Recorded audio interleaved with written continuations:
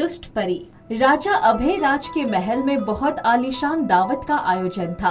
परी लोक से सभी परियां आई थी, बस पहाड़ी वाली परी को निमंत्रण नहीं भेजा गया था। वो दरअसल एक चुड़ैल थी, पर परी का वेश धारण करके पहाड़ी पर रहती थी और हर जगह बिन बुलाए ही पहुंच जाती थी।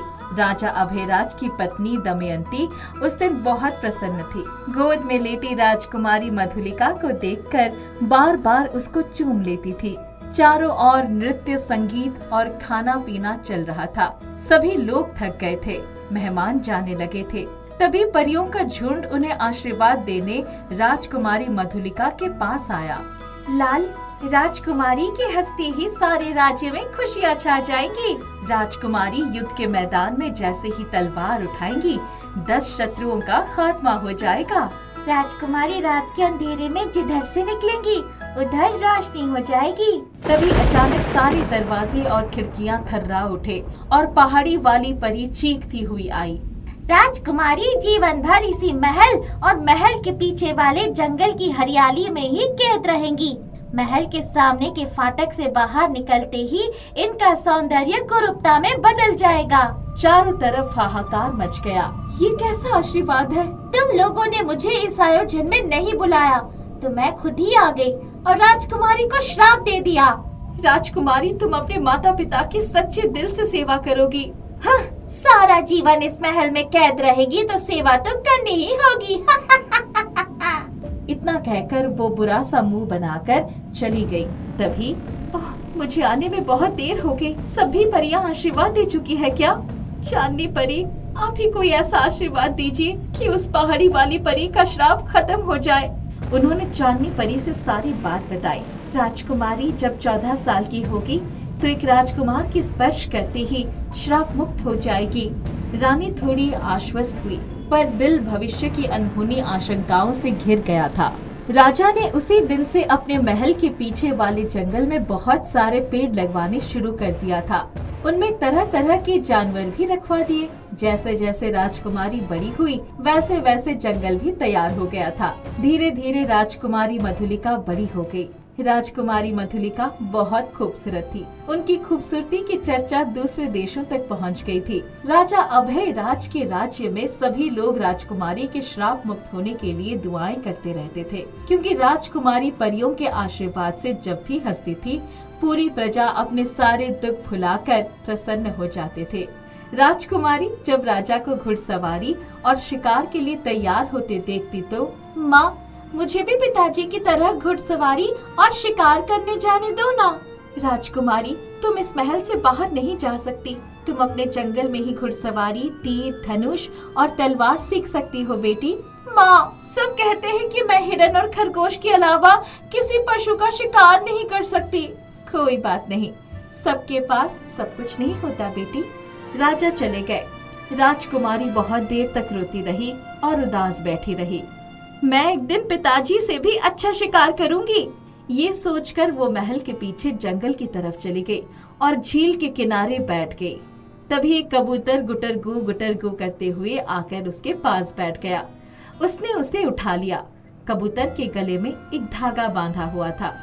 राजकुमारी मधुलिका ने वो धागा खोल दिया तो देखा उसमें एक कागज का टुकड़ा था, जिसमें लिखा था, जो इस कागज में लिखी इबारत पढ़ेगा उसकी इच्छा पूरी हो जाएगी। मैं इस राजमहल से बाहर जाना चाहती हूँ। तभी उसकी आंखें बंद हो गई और वो काली पहाड़ी में स्थित एक खंडहर में पहुँच गई। उसकी आंखें खुली तो उसने अपने सामने एक परी को देखा। ओहो, तुम आज अपने महल की सीमा से निकल आई हो। ये लो, आईने में अपनी शक्ल देख लो। राजकुमारी आईने में अपनी शक्ल देखती है तो चीख पड़ती है। ये मेरी शक्ल को क्या हो गया? मैं तो बहुत खूबसूरत थी। अब तुम खूबसूरत नहीं हो। अब से इसी खंडहर में रहोगी और यहाँ के सारे काम करोगी। मुझे अपने महल जाना है। तुमने ही तो कहा था कि मैं इस राजमहल से बाहर जाना चाहती हूँ। तुम कैसी परी हो? मैंने तो सुना है परियां बहुत अच्छी होती है। ज्यादा जुबान चलाने की जरूरत नहीं है, वरना उसी कबूतर की तरह गले में डोरी बांधकर इस डाल से उस डाल तक उड़ती फिरोगी। राजकुमारी मधुलिका राजकुमारी से नौकरानी बन गई थी।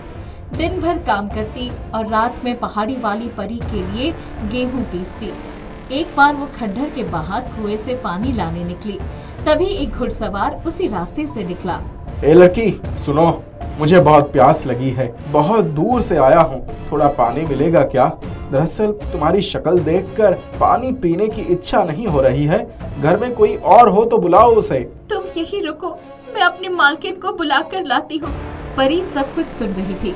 मधुलिका जैसे ही अंदर पानी लेने खंडहर के भीतर गई, तेरी हिम्मत कैसी हुई कि तू किसी अजनबी इंसान को मेरे घर का पानी पीने के लिए रोके? अभी मैं उसकी खबर लेती हूँ। अजनबी ने जैसे ही परी के चीखने की आवाज सुनी, उसका मन उस अनजानी लड़की के लिए करुणा से भर गया। वो समझ गया कि ये लड़की यहाँ कैद है और बहुत तकलीफ में है। आगे चलकर उसने एक झील से पानी पिया, फिर पेड़ के नीचे आकर बैठ गया। वो परी बाहर गई, तब तक वो घुड़सवार उसकी आंखों से ओझल हो गया था।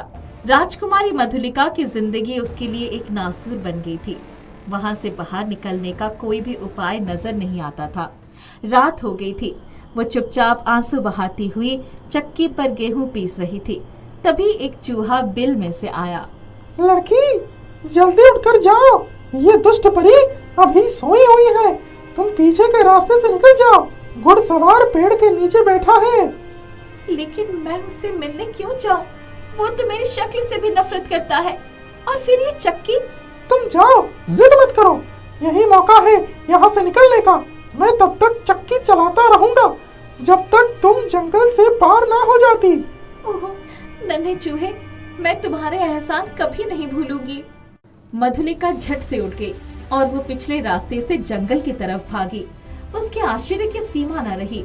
जैसे ही वो पेड़ के पास पहुंची, घुड़सवार लपक कर आया और उसका हाथ पकड़कर घोड़े पर बैठ लिया। घुड़सवार के हाथ लगते ही राजकुमारी अपने पहले वाले रूप में आ गई। ये क्या? तुम कौन हो? पहले तुम यहाँ से जल्दी निकल चलो, वरना वो परी हमेशा के लिए हम दोनों को कैद कर लेगी। घुड़सवार ने घोड़े को तेजी से दौड़ाया। जब वो लोग पहाड़ी की सीमा से आगे निकलने ही वाले थे, तभी आकाश में किसी चीज के घरघराने की आवाज सुनाई पड़ी। देखो, वो दुष्ट परी ओखली पर बैठकर आ रही है। और तेज दौड़ाओ घोड़ा। अब वो हमारा कुछ नहीं बिगाड़ सकती, हम उसकी सीमा से बाहर हैं। तुम्हें कहाँ जाना है? राजकुमारी मधुलिका ने अपने पिता का नाम बता दिया और वो लोग 6 घंटे बाद राजकुमारी के महल पहुंच गए। राजकुमारी को देखते ही पूरे राज्य में खुशी की लहर दौड़ गई। राजकुमारी ने माता पिता से सारी बातें बताई। अब तुम पहाड़ी वाली परी के श्राप से मुक्त हो गई। अब तुम जहाँ भी जाना चाहो, हम तुम्हें नहीं रोकेंगे। रानी ने उसे उसके जन्मोत्सव के अवसर पर होने वाली सारी घटना बताई। माँ, आपने मुझे पहले क्यों नहीं बताया था ये सब? राजकुमारी, मैं आपसे क्षमा चाहता हूँ। मुझे उस दिन आपसे इस तरह नहीं बोलना चाहिए था। आपका कोई दोष नहीं था। तुम कौन हो? मैं विराट नगर का राजकुमार विराज हूँ।